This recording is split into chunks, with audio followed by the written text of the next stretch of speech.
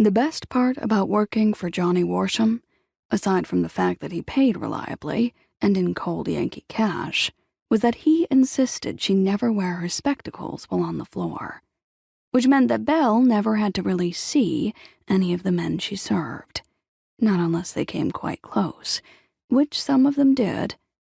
It was a blessing in disguise, although she could certainly smell Johnny's customers well enough and feel their hands and still had to laugh coyly at their drunken, and usually filthy, jokes. Most nights, she was the champagne girl, a position which sounded both joyful and amusing, but in fact meant a great deal of meandering around the faro parlors, balancing a heavy silver platter along one arm, loaded with cut crystal flutes. By dawn, her back and legs would be afire.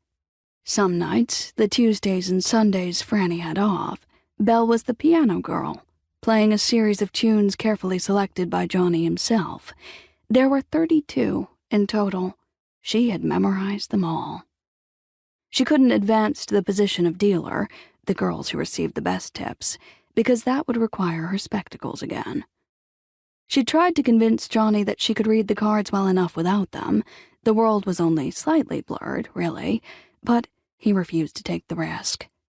Johnny was flamboyant and debonair and deeply committed to one thing and one thing only, and that was his income.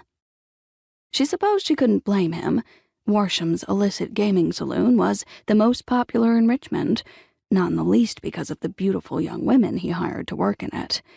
Currency of all sorts, cash, credit, conversation, drifted thick as cigar smoke through these ornate chambers. But it wasn't so very long ago that Richmond had been in flames. Richmond had been beaten and shamed and starving, and no one had forgotten that.